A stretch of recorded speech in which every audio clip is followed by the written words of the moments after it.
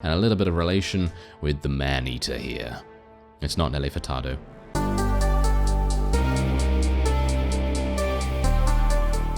Hello Reformers, and welcome back to the last days. Now, as you can see, we have returned to Eastfold, and King Theoden is here. He is attacking Hushnak and Gronk, and they are not really in the greatest shape ever. I mean, Gronk is really not doing very well. He only has 49. And Hushnak has 121, which is a little bit better. But as you can see right here, we have Mog, and we also have Malhur right here as well. And they don't seem to be doing anything. They're just waiting because, of course, they want to besiege Eastfold. So it seems like these two have kind of gone in as, shall we say, sacrificial lambs, so to speak, because obviously they are delaying him as much as they can. Now, what I'm going to do is I'm actually going to assist them because I have been told that there is a surprise waiting for us as we progress further and further into the game, and when man is eliminated, there is a wonderful, not terrible at all surprise waiting for us in the form of very strong enemies. Anyway, yeah, we'll see what happens when that actually arrives, but for the moment, I'd like to try and make sure that Isengard is doing okay. Anyway, 309 against 229. The only reason they have that many is because of us. So let's see what we can do. I just recruited a whole bunch of Uruk orcs. They leveled up very, very quickly. And, yes, some of your troops can see better in the dark. Night troops are not affected by nighttime penalties. Very nice. Alright, so this is going to be a little bit difficult because obviously he does have King's Guards. King's Guards are well known for being extremely difficult to kill, and I still do not have a great sword, so I'm hopeful that I'll be able to level my rank up with Mordor, at least to level 8, because I think it might be a level 8 reward. I don't exactly know, but for the moment, I think that might be the best opportunity we'll have. And, oh yeah, by the way, I do have a new companion. I did finally go back to Minas Morgul and recruited, I think his name is it Gormog or something along those lines?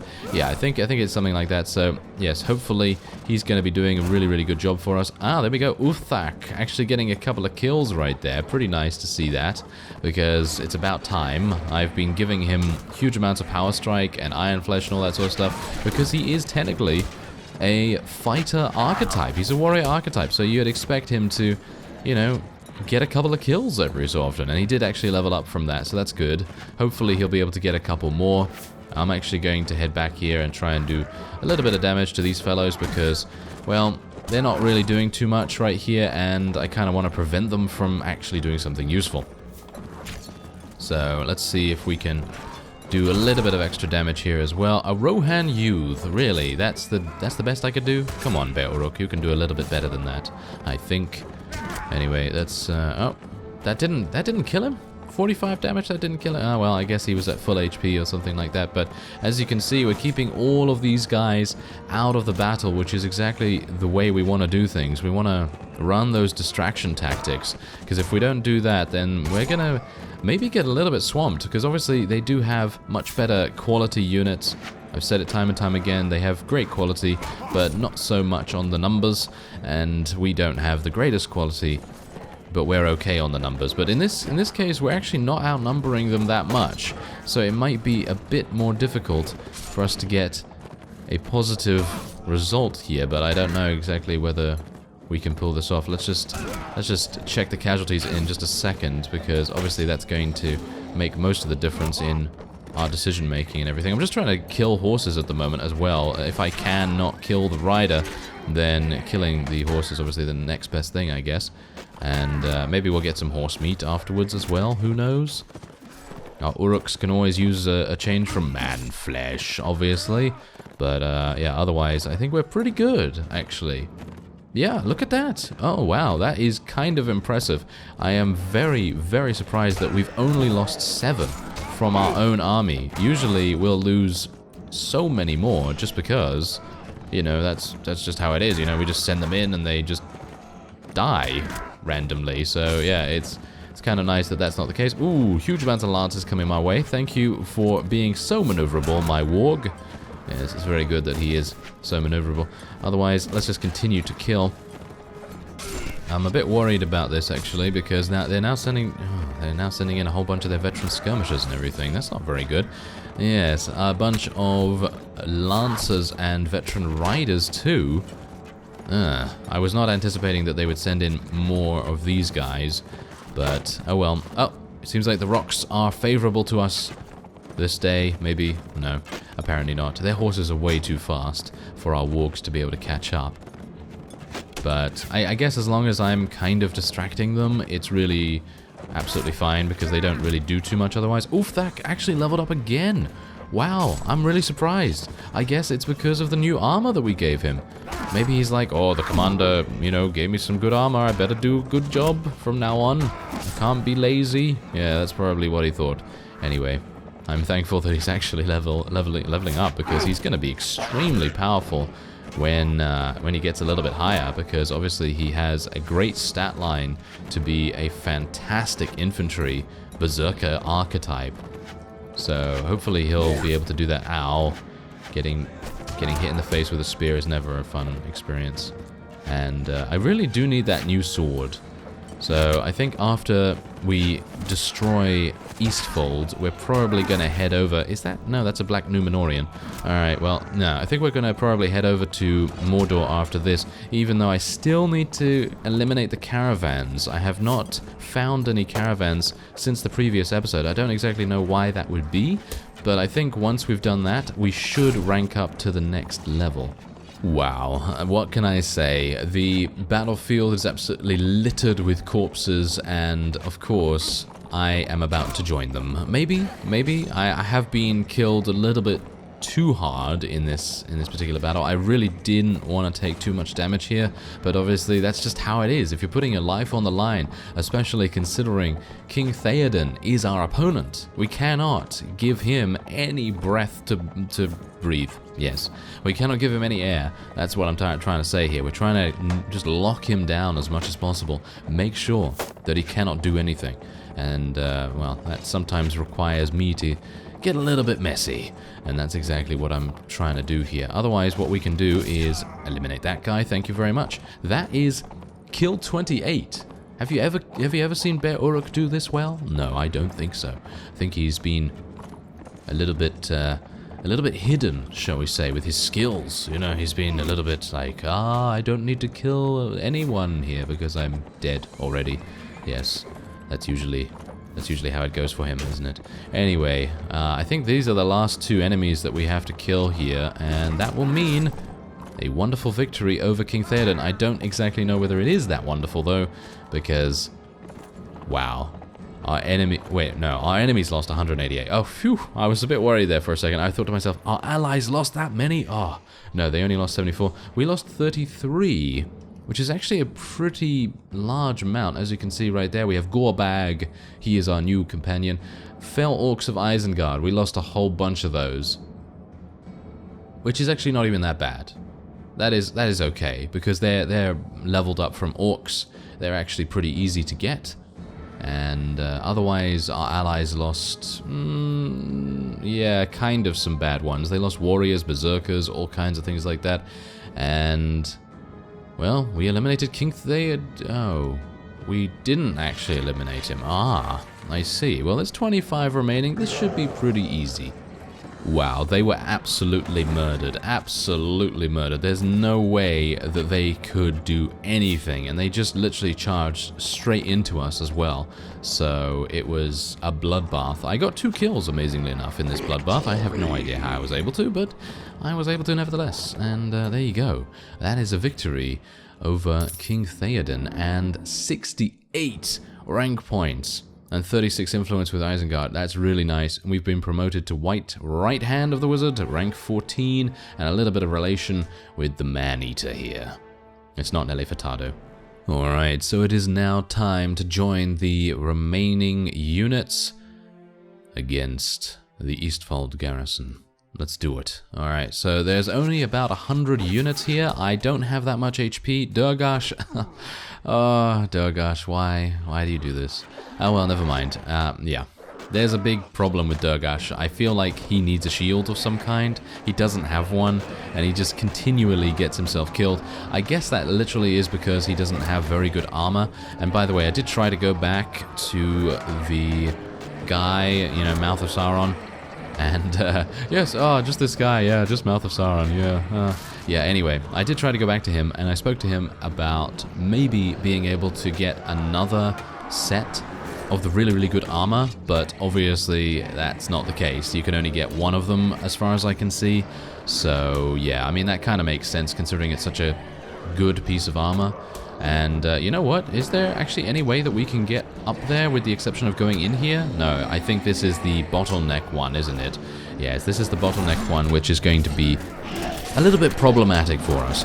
Anyway, as I said, there's only about 100 here. We have, I think, 300 available, so this should be very easy, but obviously the bottleneck is going to prove very difficult for us to deal with.